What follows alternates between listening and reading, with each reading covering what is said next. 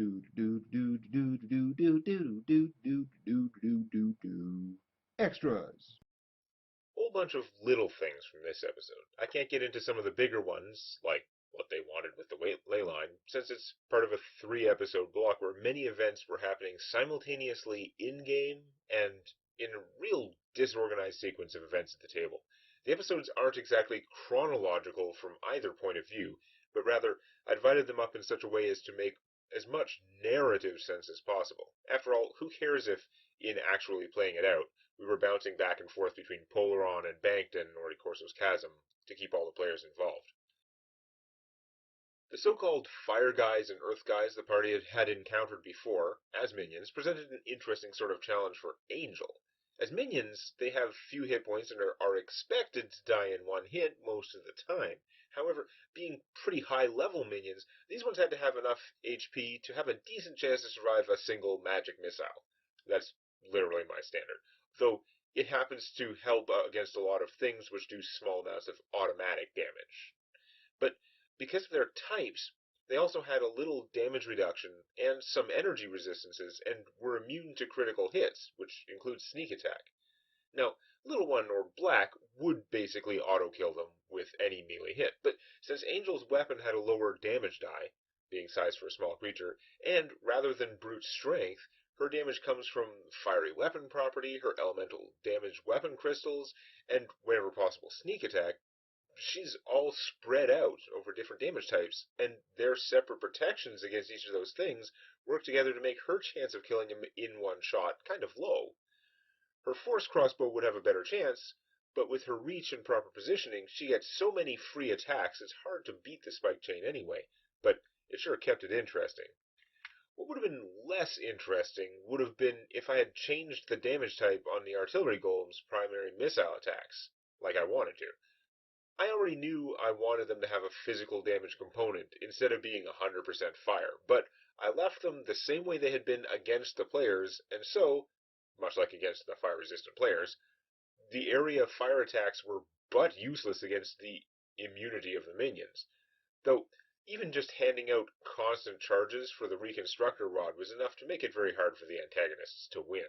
But if I had changed their rocket damage to be half physical, they would have been pretty brutal at wiping out minions in a large area. Now, I'm sure at least a couple of you wondered, if the Earth guys have tremor sense, why don't they attack the invisible shield generator? They were stuck in a bit of an AI catch-22. When following normal attack orders, they tend to ignore targets with no apparent attacks or spellcasting until actual threats have been dealt with. So, they don't see the shield generator as worth attacking until they've killed everything else, which is pretty hard, what with those crazy temp HP shields. But the Dragonborn, who would definitely be smart enough to tell them, yes, prioritize that invisible thing, they can't see it because it's invisible. And the elemental minions don't really communicate unless ordered to, so they don't tell anyone, hey, there's an invisible thing here. The guys who can see it don't know they should prioritize it, and the guys who would know that don't know that it's there, so the shield generator was able to flawlessly fulfill its purpose, making the golems within 60 feet almost indestructible against these minions. One of the things which often slows down my episode creation, for better or for worse, is that I tend to have one or two key visuals or scenes in mind for each episode, a couple of distinctive things that I think would add a lot if I could show them, even if most of the episode is talking heads without lip movement. Sometimes these are little things, just little touches which are fun or cool or otherwise stick in my head, yet which don't take a lot of work. In this episode, that's the start of the Slicing Golem's attack run, when the sphere rolls down the hall, rushing past a bunch of minions to get as many as possible into its radius. Now, because it doesn't have an official trample attack, a large creature shouldn't be allowed to move through the squares of medium-sized enemies without tumbling. But I don't care. I treated it kind of like a free overrun, meaning the enemies can just choose to squeeze out of the way. But that doesn't change the issue that when it stops in the crowded hall, it would be stopping directly on top of not one, not two, but 4 freaking enemies, which have nowhere to go. My answer? Since it was rolling down to activate its standard action slicing attack anyway, I described it as starting rotated 90 degrees such that when it first opened the blades, it popped itself upwards, butchering those guys directly underneath. I still rolled saves for them, but I just chose that the first 4 to die happened to be those ones. Map grid problem solved. I loved the mental image of that, so I made sure to show it, and I went out of my way to get a license-free sound effect for the sound of the sphere kicking itself up and landing with a dull metallic thud. That sound effect made it awesome for me and at least one commenter, so mission accomplished. Now, that didn't take much. What hurt time-wise for this episode was the post-credit scene. I had a vision for this scene, a vision for this shot, and it was way more of a cinematic shot than you normally see in TDDC. Plus, it meant I had to draw the Diluvian sniper from multiple angles, which I hardly ever do, and get it done for episode 42, even though I easily could have put him off to the next episode. That said, there was a whole bunch of other new stuff I knew I'd need to draw for the next episode. No spoilers here. So, at least this wasn't a totally extra image. It was saving me from having to draw it later. But to do a long zoom-out shot, I still had to create a high-resolution version of my low-res Corso's Chasm image. Because of file size and resolution limitations, I also needed a close-up of the building and the window, and I needed the foreground elements, the rock and the sniper, and to put it all together and sync it to the music for maximum effect. On the one hand, I think the effect was awesome. It was reasonably good translation of the ideal version in my imagination. Seems really impressive compared to my usual crap animation.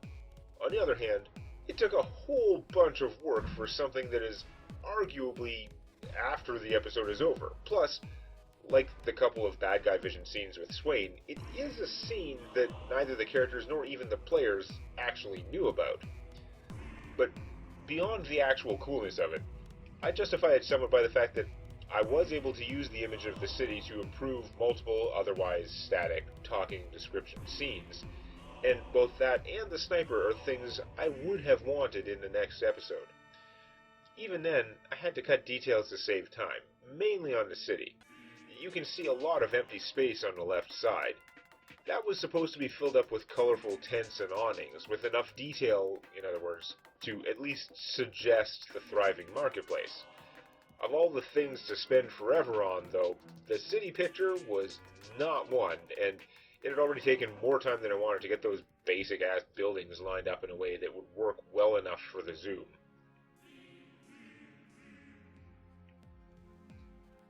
Fun fact, the music piece used here, which I named TDDC Breakdown in the credits, is a piece I actually made up of scraps left over from the epic boss theme and from another piece I made for the next episode.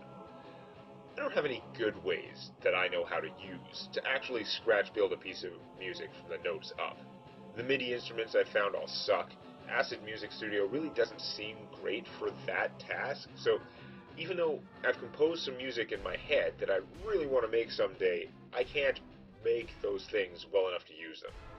So instead, my music making process is to gather all kinds of license-free loops, mostly from looperman.com, which I then slice and dice, tone shift, etc., and keep trying them in different combinations until I get something resembling the feel I was going for, and then keep tweaking and refining until I like the overall result, or it's good enough. I really like about half of my TDDC music, the rest of it is just adequate. Well, in this process, I find all kinds of ways that I can combine 2 or 3 loops or sounds that happen to turn into something surprisingly cool. There were some really cool combinations of bells and beats that I stumbled onto in making the Raj theme, for example. But sometimes I find something that sounds really cool and just doesn't fit.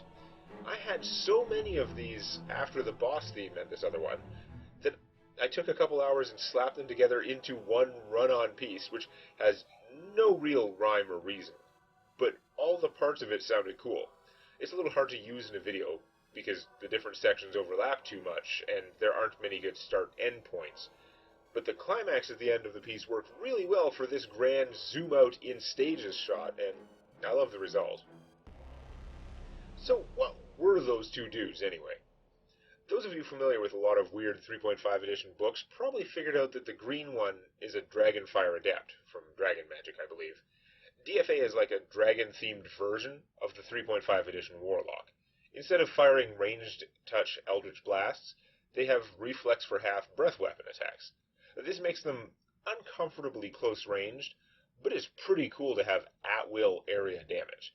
This one, his name was Fadir, didn't make much use of that, but in addition to some pretty powerful invocations, like at-will Chilling Fog if you're high enough level, they also have those crazy crowd control mods for their breath weapon, allowing them, instead of dealing damage, to inflict strength penalties or the slow effect with no saving throw. I mean, there is a saving throw for half duration, and the durations are very short anyway. But save for half means even if you pass, you still suffer the penalties for at least one round. I don't have enough experience to tell if it's really balanced, but at least it's novel. His blue ally, whose name is Imasa, was a little less obvious. Clearly he had a couple levels of Sword Sage, allowing him to use a few maneuvers, including a throw to take advantage of his significant strength.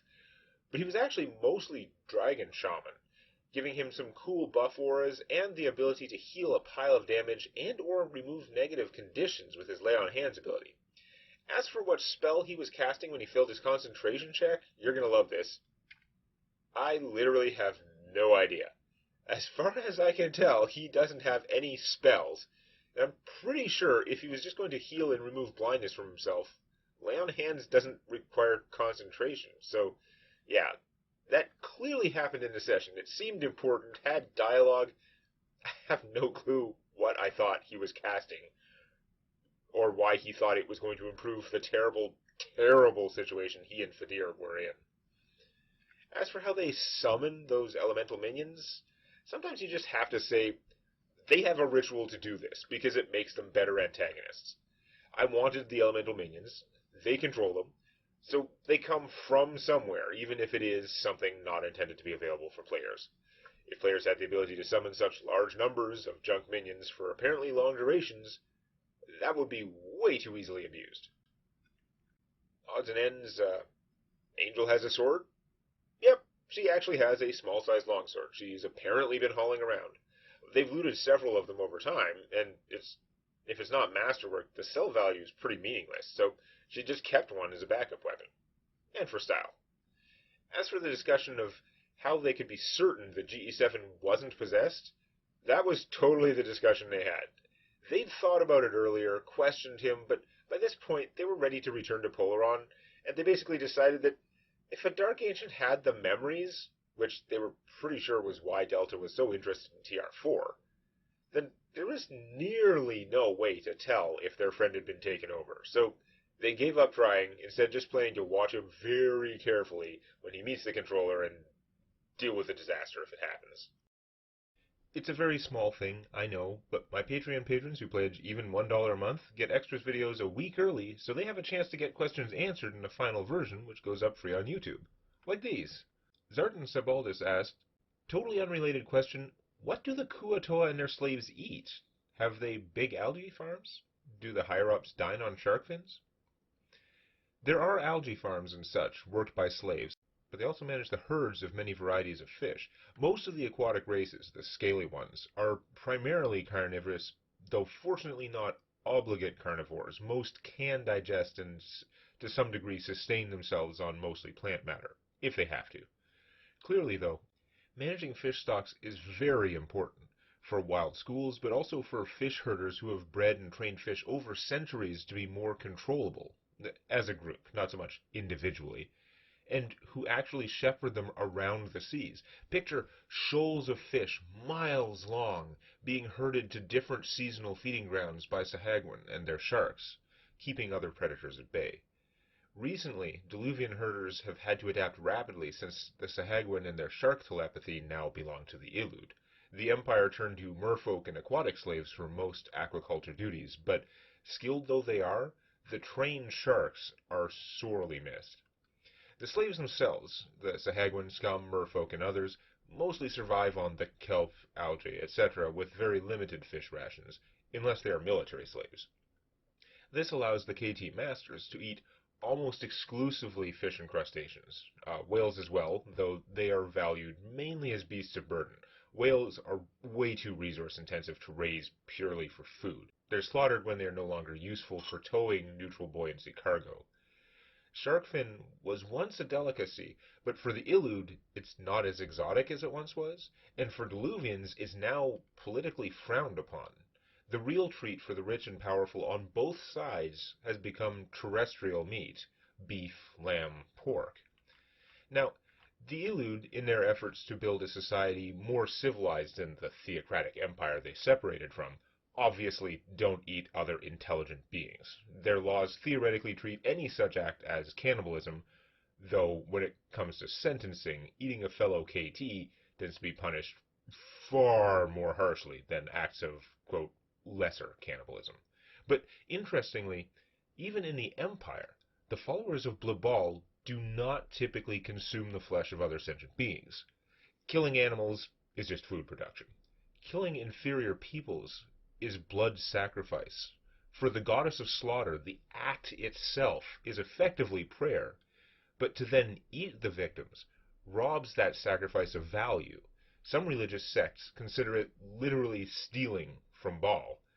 The exception is that paladins of Blabal are said to have rituals in which they do sacrifice and eat sentient creatures, disobedient slaves or captured humanoids, because within the context of the ritual, they become sanctified, devouring the victim for Blabal as the earthly embodiments of their deity. Of course, eating brain matter of higher animals can have neurological consequences, which may or may not have anything to do with the unstable and feverishly zealous reputations of the so-called paladins of slaughter. I want to give a big thanks to all my generous Patreon patrons. There's certainly room for more of your questions. Thanks so much for your continued support, with a special shout out to Sarosh, Surf USA, Gorefiend, Warsaw, Pericles, Lord Avon, Duskmar, Tyranno McGee, and Aether Mordu, the members of the organization. But for the many of you who can't or just don't feel like supporting me financially, I totally understand. I'll still make all my content available free on YouTube, but if you like it, please share it to help the channel grow. Your tweet or Facebook post could make a big difference. Happy holidays.